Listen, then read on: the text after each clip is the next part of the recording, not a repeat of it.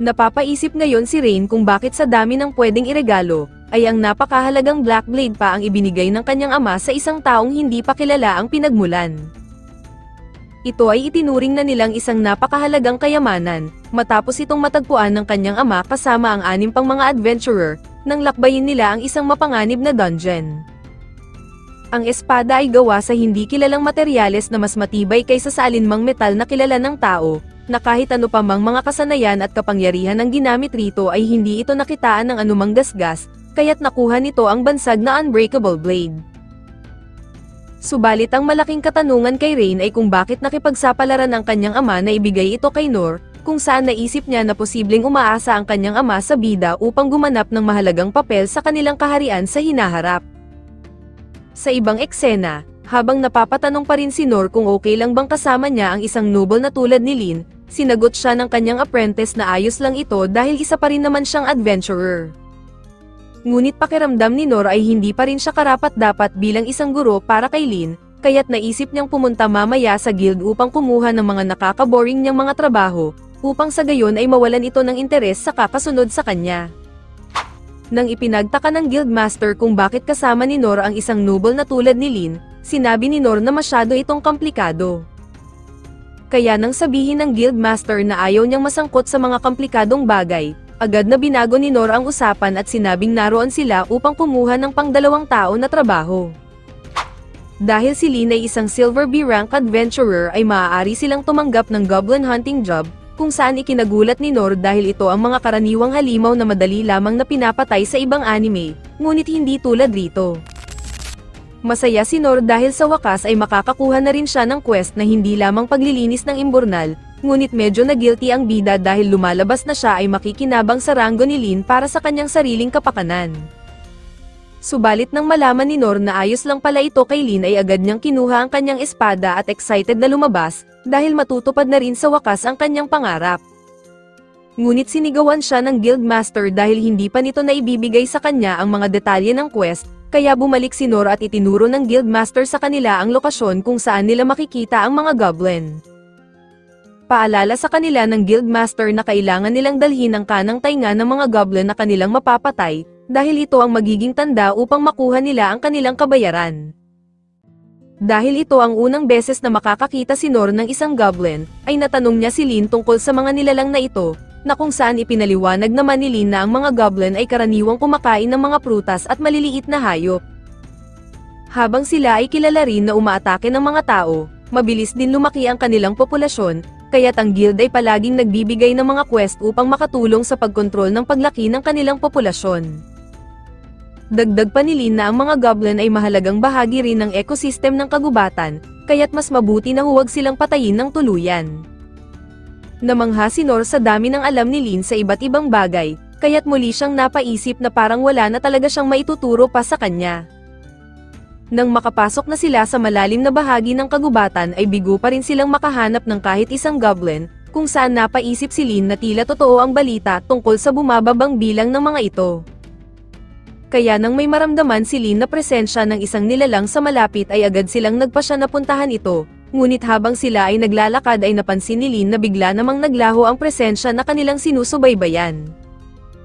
Pagdating nila sa lokasyon kung saan hinihinalang naramdaman ni Lin ang presensya ay wala silang nakitang kahit ano, ngunit biglang napansin ni Noor ang isang kalahati ng katawan ng goblin na nakalutang sa hangin.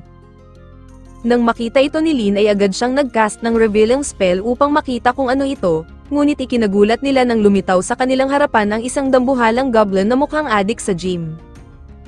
Habang ito ang unang beses na makakasagupa si Noor ng isang goblin, hindi niya akalain na ganito pala ito kalaki at idol si Batista, habang ikinagulat niya na marunong din itong gumamit ng sandata. Sa kabilang banda naman ay labis ang pagkabahala ni Lin dahil ang bagay na iyon ay isang Goblin Emperor, isang itinuturing na catastrophic class threat na nilikha gamit ang isang forbidden research, at kumakain ng kapwa niya goblin para kunin ang kanilang lakas.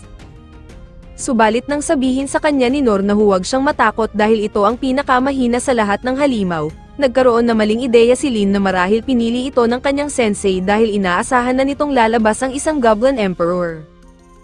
Kaya't nagkaroon ng lakas ng loob si Lin na lumaban kasama ang kanyang sensei. Nang sumugod na sa kanila ang goblin ay ginamit ni Nor ang kanyang parry skill upang salagin ang atake nito, habang hindi rin siya pumayag na may tulak siya nito sa isang sulok.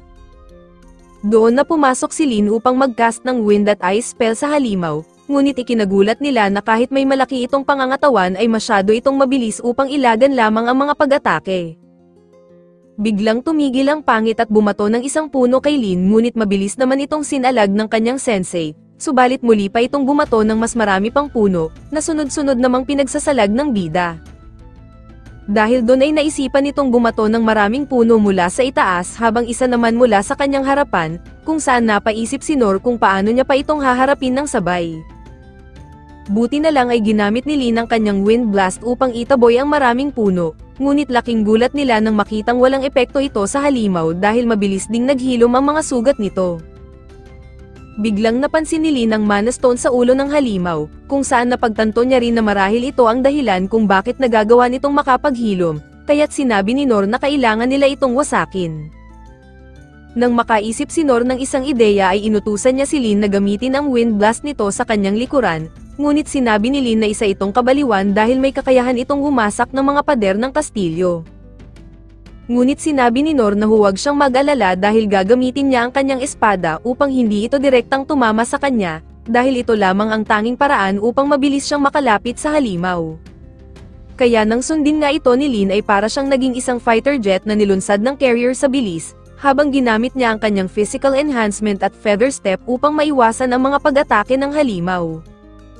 Nagawang makalapit ni Nor sa halimaw at tumalon siya ng mataas, habang nagawa niyang tamaan ito sa ulo at ikinatanggal ng Mana Stone nito sa noo.